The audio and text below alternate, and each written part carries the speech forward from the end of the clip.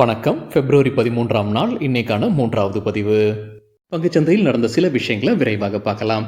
முக்கியமான தகவல், நான் செபி ரெஜிஸ்டர்ட் அட்வைசர் கிடையாது. நம்ம சேனல்ல இருந்து எப்போதுமே ஸ்டாக் ரெக்கமெண்டேஷன்ஸ் கிடையாது. யூடியூப் சேனல் மட்டும் இல்லைங்க, மற்ற சோஷியல் மீடியா பிளாட்ஃபார்மான இன்ஸ்டாகிராம், வாட்ஸ்அப், டெலிகிராம்ல இருந்து கூட நாம ஸ்டாக் ரெக்கமெண்டேஷன்ஸ் வழங்குவதில்லை. மேலும் பணத்தை வாங்கிட்டு எந்த சேவையும் வழங்குவது இல்லை. பல போலியான குரூப் இயங்கிட்டு இருக்கு. தயவு செய்து ஜாகிரதையாக இருங்க. இந்த வீடியோவில் காட்டக்கூடிய அனைத்து கம்பெனிகளும் வெறும் இன்ஃபர்மேஷனல் பர்பஸ்க்காக மட்டுமே முதலீடு செய்யுங்கன்னு சொல்கிற வீடியோ கிடையாது. எந்த ஒரு முதலீட்லையும் ரிஸ்க் இருக்கும். ரிஸ்க் புரியாமல் இன்வெஸ்ட் செய்யாதீங்க. ரிஸ்க் புரியலன்னா தயவு செய்து இன்வெஸ்ட்மெண்ட்டை தவிர்த்துருங்க. நம்ம ருபி டிரைவர் சேனலை ஆதரிக்கிற அனைத்து நல்ல உள்ளங்களுக்கும் நன்றி. சில இண்டிவிஜுவல் ஸ்டாக்ஸ் மற்றும் செய்திகள் விரைவாக பார்க்கலாம். எம்சிஎக்ஸில் இன்றைக்கி டெக்னிக்கல் இஷ்யூஸ் காரணமாக நேரத்தில் ட்ரேடிங் ஆரம்பிக்கல. 9 மணிக்கு ஆரம்பிக்கிறதா இருந்தது 10 மணிக்குன்னு சொன்னாங்க. அதுக்கப்புறம் அது 12 மணிக்கு ஒத்தி வைத்தாங்க. அதுக்கப்புறம் 1 மணிக்கு தான் ட்ரேடிங் துவங்கியிருக்கு. முக்கிய காரணம் டெக்னிக்கல் இஷ்யூ இருந்திருக்குன்னு சொல்லியிருக்கிறாங்க. தகவல் நம்ம கிடைத்தது மணி கண்ட்ரோலில் இருந்து.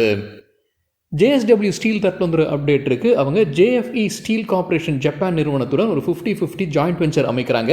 எதற்காக? கர்நாடகாவில் ஒரு உற்பத்தி ஆலை அமைக்கிறாங்க. என்ன உற்பத்தி செய்வதற்கு? கிரெயின் ஓரியன்டட் எலக்ட்ரிக்கல் ஸ்டீல் அங்கே உற்பத்தி செய்வதற்கு இந்த ஜாயிண்ட் வெஞ்சர். இந்த ஆலை அமைப்பதற்கு 5500 கோடி ரூபாய் முதலீடு செய்ய போகிறதாக அப்டேட் கொடுத்துருக்காங்க JSW ஸ்டீல். ரிலையன்ஸ் இண்டஸ்ட்ரீஸ் குறித்து எக்கனாமிக் டைம்ஸ்லேருந்து கிடைத்த ஒரு தகவல் ஒரு மைல்கல்லை எட்டியிருப்பதாக அப்டேட் கொடுத்துருக்காங்க. 20 லட்சம் கோடி மார்க்கெட் கேபிடலைசேஷனை எட்டியிருக்கிறாங்க ரிலையன்ஸ் இண்டஸ்ட்ரீஸ். இன்னைக்கு 52 வீக் ஐயும் எட்டியிருக்கு. கம்பெனியுடைய ஷேர் பிரைஸ் 2957.8 எட்டிய போது புது 52 வீக் ஐயும் எட்டியிருக்கிறாங்க. 20 லட்சம் கோடி மார்க்கெட் கேபிடலைசேஷனும் எட்டியிருக்கிறாங்க. இதுதான் முதல் இந்தியாவில் லிஸ்ட் இருக்கக்கூடிய கம்பெனி 20 லட்சம் கோடி மார்க்கெட் கேபிடலைசேஷனை எட்டுவது. 19 லட்சம் கோடி லெவலை எப்போ எட்டியிருந்தாங்க? ஜனவரி 29ஆம் தேதி ரிலையன்ஸ் இண்டஸ்ட்ரீஸ் எட்டியிருந்தாங்க. ரிலையன்ஸ் இண்டஸ்ட்ரீஸ்க்கு பின்னாடி யாரெல்லாம் இருக்கிறாங்க? TCS 15 லட்சம் கோடி, HDFC பேங்குடைய மார்க்கெட் கேபிடலைசேஷன் 10.5 லட்சம் கோடி, ICICI பேங்க் 7 லட்சம் கோடி, இன்ஃபோசிஸும் 7 லட்சம் கோடின்ற அப்டேட் கிடைச்சிருக்கு எக்கனாமிக் டைம் செய்தியிலிருந்து. டாடா மோட்டார்ஸ் அவங்களுடைய 2 வாகனங்களுடைய விலையை குறைச்சிருக்கிறாங்க. டியாகோ மற்றும் நெக்ஸன் 1.2 லட்சம் ரூபாய் வரைக்கும் அவங்க குறைத்திருக்கிறாங்கன்னு மணி கண்ட்ரோல்லேருந்து கிடைத்த தகவல்.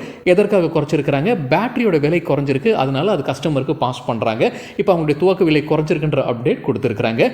டியாகோ அது 70,000 ரூபாய் வரைக்கும் குறைஞ்சிருக்குன்ற அப்டேட்டும் மணி கண்ட்ரோலில் தகவல் சொல்லியிருக்கிறாங்க. லார்சன் அண்ட் டியூப்ரோ தரப்பு அப்டேட் இருக்குது. ஹைட்ரோ கார்பன் பிஸ்னஸில் அவங்களுக்கு ஒரு புது ஆர்டர் கிடச்சிருக்குன்னு சொல்லியிருக்காங்க. சிக்னிஃபிகண்ட் ஆர்டர்னு சொல்லியிருக்காங்க. அதோடைய மதிப்பு வெளியிடல. கம்பெனி சிக்னிஃபிகண்ட் ஆர்டர்னு சொன்னாங்கன்னா அதோடைய மதிப்பு 1000லேருந்து 2500 கோடி இடையே இருக்கலாம்.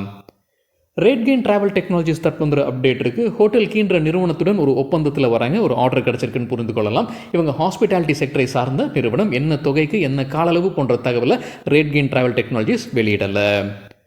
RVNL ரயில் விகாஸ் நிகம் லிமிடெட் இன்னைக்கு நல்லா பர்ஃபார்ம் பண்ணியிருப்பதாக NDTV ப்ராஃபிட்லேருந்து கிடைத்த தகவல். இன்ட்ராடேல 9% அதிகரிச்சிருக்கு.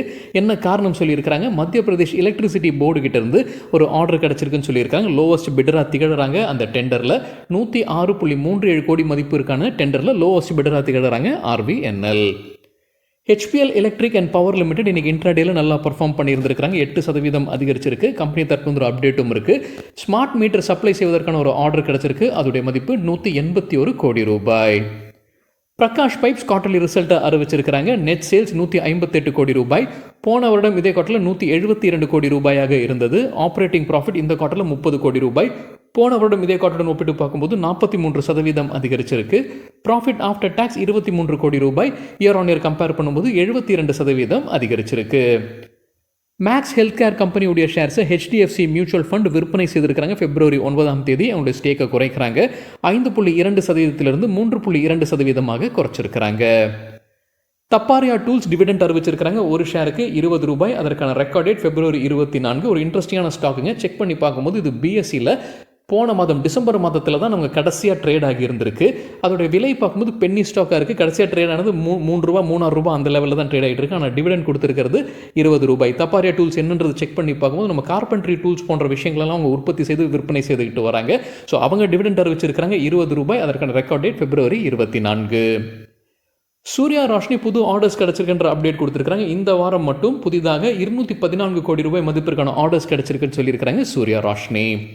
ஹெச்டிஎஃப்சி பேங்க் குறித்து சிஎன்பிசி டிவி 8 கிடைத்த ஒரு தகவல். 2 ஃபண்ட் ஹவுசஸ் மட்டும்தான் ஹெச்டிஎஃப்சி வங்கியில் முதலீடு செய்யாமல் இருக்கிறாங்க.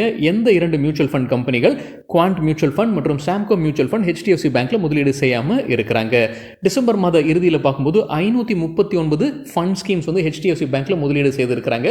ஒட்டு மொத்தமாக 2.17 லட்சம் கோடிகள் முதலீடு செய்யப்பட்டிருக்கு. அதிகமாக எந்த மியூச்சுவல் ஃபண்ட் கம்பெனி போட்டிருக்கிறாங்க? எஸ்பிஐ மியூச்சுவல் ஃபண்ட் தான் முதலீடு செய்திருக்கிறாங்க. 62,416 கோடி ரூபாய். அவங்கள தொடர்ந்து ஹெச்டிஎஃப்சி மியூச்சுவல் ஃபண்ட் 24,432 கோடி ரூபாய். யூடிஐ மியூச்சுவல் ஃபண்ட் 21,626 கோடி ரூபாய் முதலீடு செய்திருக்கிறாங்க ஹெச்டிஎஃப்சி பேங்க்ல. இந்தியன் நிப்பான் எலக்ட்ரிக்கல்ஸ் டிவிடெண்ட் அறிவிச்சிருக்கிறாங்க. ஒரு ஷேருக்கு ₹10.25. அதற்கான record date February 23. Arvind Fashions quarterly result அறிவிச்சிருக்கிறாங்க. ரெவென்யூ இயர் ஆன் இயர் கம்பேரிசனில் 5% அதிகரிச்சிருக்கு. எண்ணிக்கை 1125 கோடி ரூபாய். ப்ராஃபிட் ஆஃப்டர் டேக்ஸ் எக்ஸப்ஷனல் ஐட்டம்லாம் சேர்க்காம பார்க்கும்போது 22 கோடி ரூபாய். இயர் ஆன் இயர் கம்பேர் பண்ணும்போது 83% அதிகரிச்சிருக்கு. சீமென்ஸ் லிமிடெட் குவார்ட்டர்லி ரிசல்ட்டை அறிவிச்சிருக்கிறாங்க. ஸ்டாண்டலோன் பேசிஸில் ரெவென்யூ 4,395 கோடி ரூபாய். இயர் ஆன் இயர் 22% அதிகரிச்சிருக்கு. ப்ராஃபிட் ஆஃப்டர் டேக்ஸ் 463 கோடி ரூபாய். போன வருடம் இதே குவார்ட்டரில் 438 கோடி ரூபாயாக இருந்திருக்கு. ஸோ ப்ராஃபிட் ஆஃப்டர் டேக்ஸ் அதிகரிச்சிருக்கு. West Coast Paper Mill quarterly ரிசல்ட்டை அறிவிச்சிருக்கிறாங்க. கன்சாலிடேட்டட் ரெவென்யூ 1045 கோடி ரூபாய். குவார்ட்டர் ஆன் குவார்ட்டர் 12% விழுந்திருக்கு. ப்ராஃபிட் ஆஃப்டர் டேக்ஸ் 159 கோடி ரூபாய். இயர் ஆன் இயர் கம்பேர் பண்ணும்போது மணிக்கும் குவார்ட்டர் ஆன் குவார்ட்டருங்க, அதுவும் இயர் ஆன் இயரில் தவறாக எழுதியிருக்கு. குவார்ட்டர் ஆன் குவார்ட்டர் கம்பேர் பண்ணும்போது 27% விழுந்திருக்கு. ஹிண்டல்கோ குவார்ட்டர்லி ரிசல்ட்டை அறிவிச்சிருக்கிறாங்க. கன்சாலிடேட்டட் நெட் ப்ராஃபிட் 2,331 கோடி ரூபாய். இயர் ஆன் இயர் 71% அதிகரிச்சிருக்கு. ரெவென்யூ ஃப்ரம் ஆப்ரேஷன்ஸ் 52,808 கோடி ரூபாய். இயர் ஆன் இயர் 1% விழுந்திருக்கு. சரிங்க, இதுதான் சில விஷயங்கள் என்னுடைய பார்வைக்கு எட்டியது. நன்றி, வணக்கம்.